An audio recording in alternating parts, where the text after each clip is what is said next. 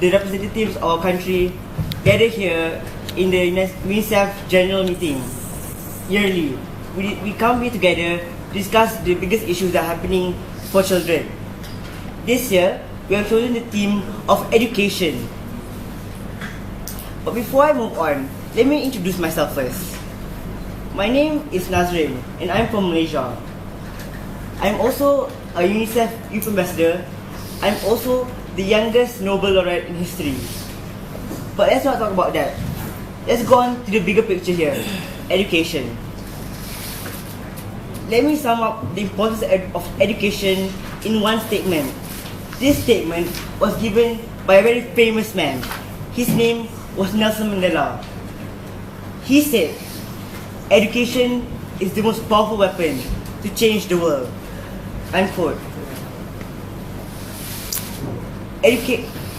There's no denying that education is important to every single individual, and that education is the most crucial medium in changing an individual's life, and also in the process changing the country and the world itself. Today, I have come to address the issues and problems, and also the importance of education itself. So, on the first part of my speech, the problems and issues in education. There are two main problems in education right now. Firstly, the accessibility towards education, and secondly, people not knowing the importance of education. So, let's go on to a few global issues that are affecting education itself. The first one, the refugee problem in Europe. As we all know, Syria is a war-torn nation. It is in civil war, and because of that, it is the main contributor in the refugee problem.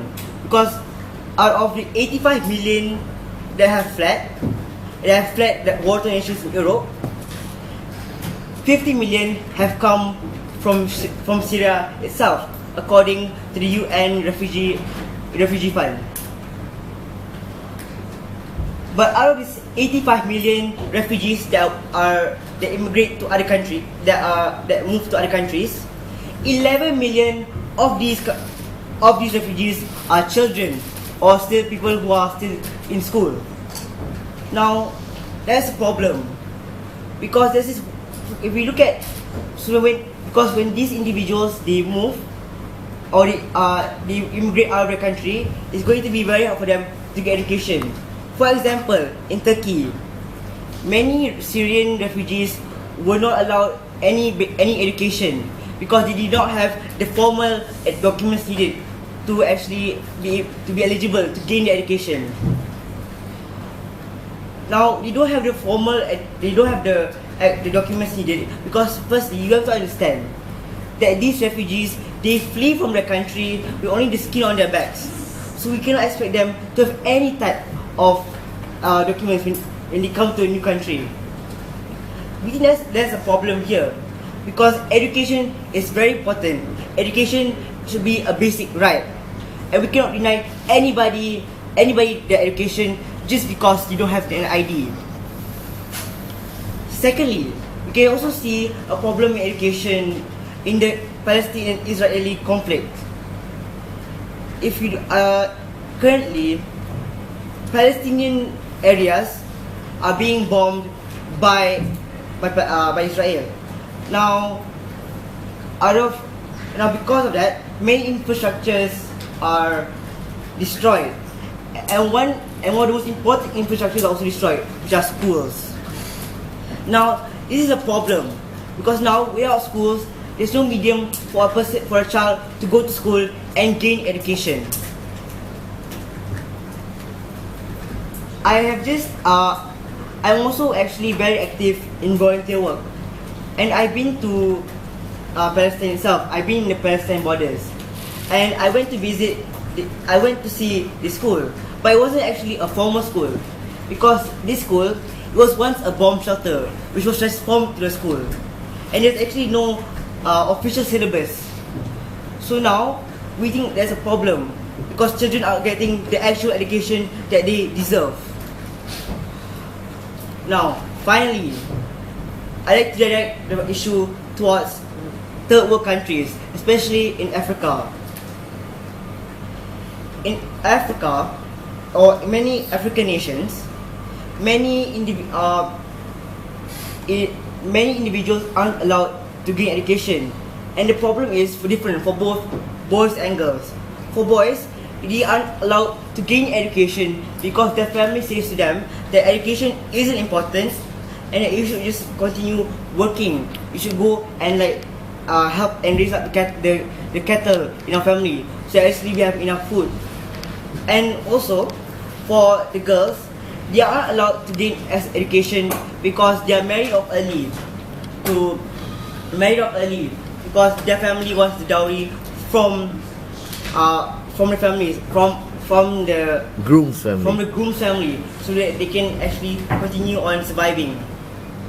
Now, if you also don't know, another famous activist, very famous youth activist, who has also won the Nobel laureate, is Yusuf Malala, sorry.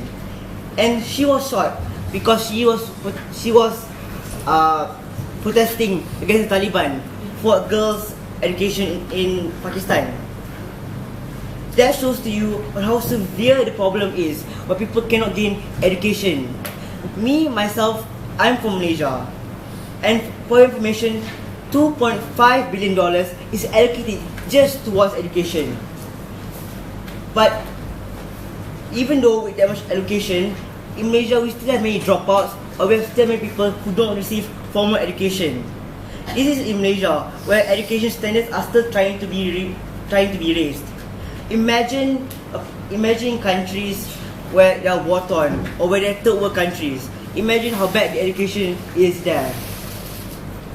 Now, secondly, in my speech, I would like to address the importance of education. The first importance of education is towards in the social aspect. Education is basically the process of gaining knowledge. We think that knowledge is important to every single individual, not just for them to get a job, but also for them to actually be for them to be able to use that knowledge in life. Without them gaining education, we think that these individuals will continue on in life being stupid, and we don't think that's what we want. But secondly, we think also the importance of education towards a certain individual is that firstly that individual is able to get a good to improve his person's lifestyle.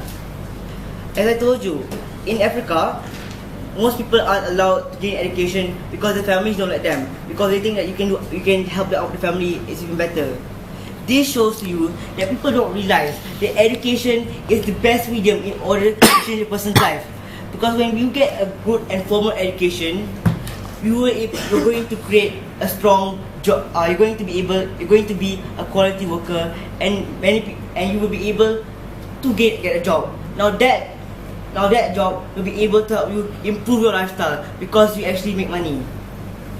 But people don't even look at this because they consider sending their children towards schools and university is a gamble. No, education will never be a gamble, because education is the only way for us to improve our lifestyle.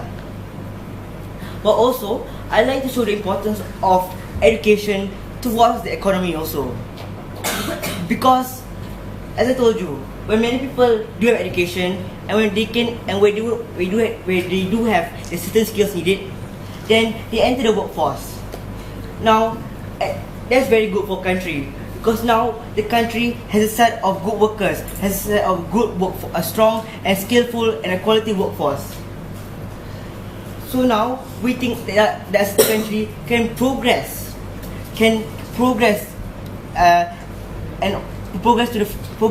because they have a good workforce. Because let me tell you a fact that in African countries, only 5% of South Africa has has the actual skills needed for the workforce on that was based on survey. But also, what happens to the economy also? We think that when people have education, that also more job opportunities occur, because now when people have knowledge, they also become very innovative, and we think that there are more different jobs or more jobs will be on offer, because now there are many jobs that there are many things that people can try to do, and we think that's only in the form of education. So